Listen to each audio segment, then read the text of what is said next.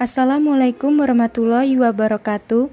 Perkenalkan, nama saya Lisa Apriani dengan NPM 5021079, Prodi PGSD kelas 4F, MK Telaah Kurikulum. Dosen pengampu Bapak Tio Gusti Satria, Magister Pendidikan.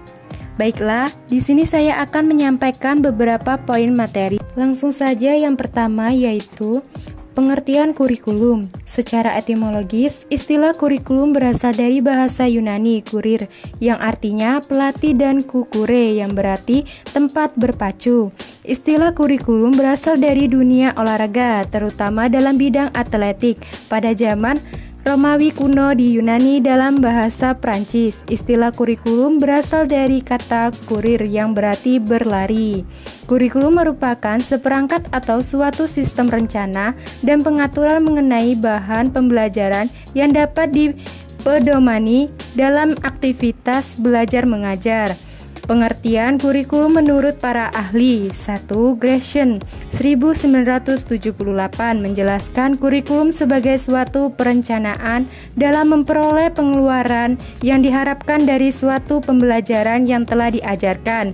2. David Pratt, kurikulum merupakan seperangkat organisasi dari pendidikan formal atau pusat-pusat pelatihan pembelajaran. 2. Pengertian telaah kurikulum. Telaah adalah penyelidikan, kajian, pemeriksaan, dan penelitian.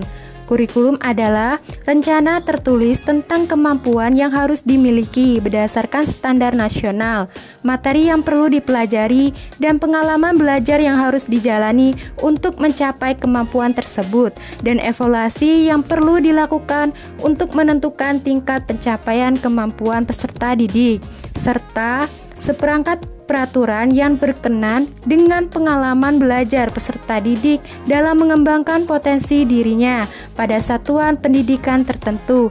Jadi, telaah mata pembelajaran atau kurikulum adalah suatu kajian terhadap kompetensi, materi, evaluasi, serta perencanaan pembelajaran yang dapat dijadikan pedoman bagi guru di sekolah. 3. Fungsi kurikulum. Pada dasarnya, kurikulum itu berfungsi sebagai pedoman atau acuan.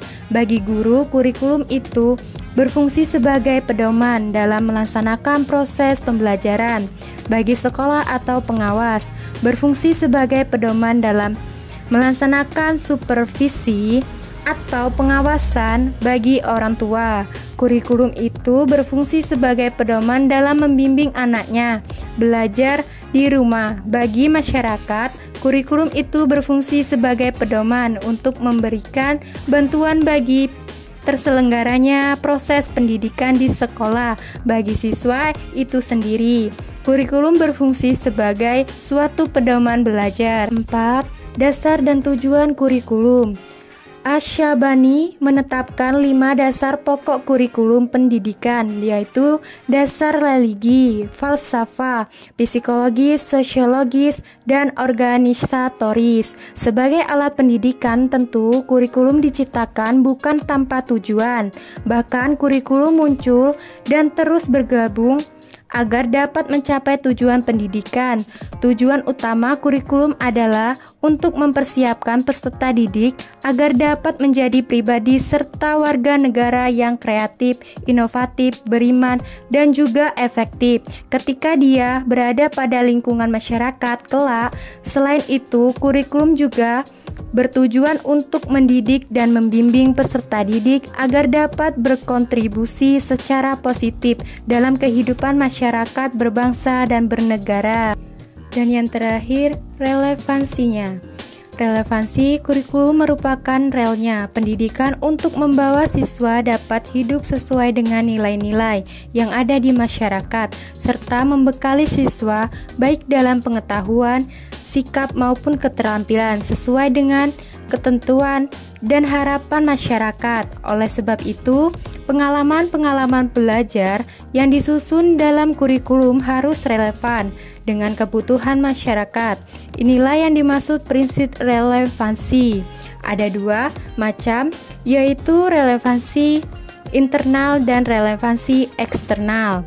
Relevansi internal adalah bahwa setiap kurikulum harus memiliki keserasian antara komponen-komponennya, yaitu serasi antara tujuan yang harus dicapai, isi materi atau pengalaman belajar yang harus dimiliki siswa, strategi atau metode yang digunakan, serta alat penilaian untuk melihat ketercapaian tujuan.